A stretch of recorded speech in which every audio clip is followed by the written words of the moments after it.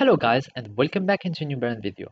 In today's tutorial, I'm going to show you how to use debug logs in Salesforce. So make sure to watch the video to the end and follow these simple steps. So first, you need to have your debug logs that are set up.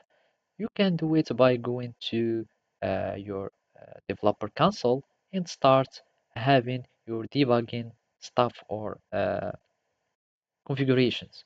So in the developer console, we need just to go here by clicking on the debug, for example, and here you can find all your levels. So in the debug levels, you can find the general trace settings.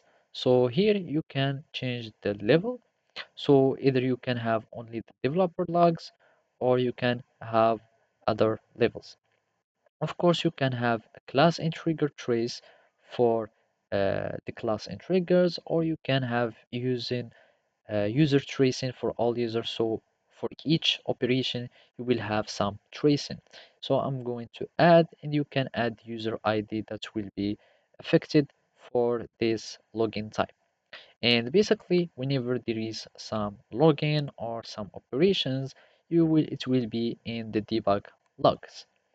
So basically, when you have all these levels set up, you can go to setup, and after that, we go to debugs and search for our debug logs.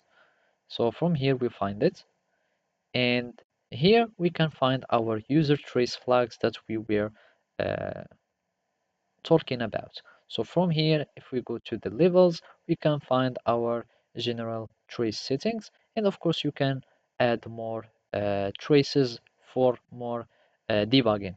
And of course your debug logs whenever their duration would end. So as you can see, this is the start date and this is the expiration date.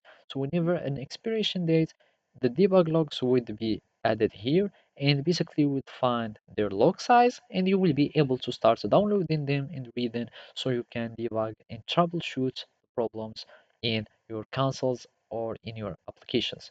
So basically that's it. Thank you for watching and see you next time.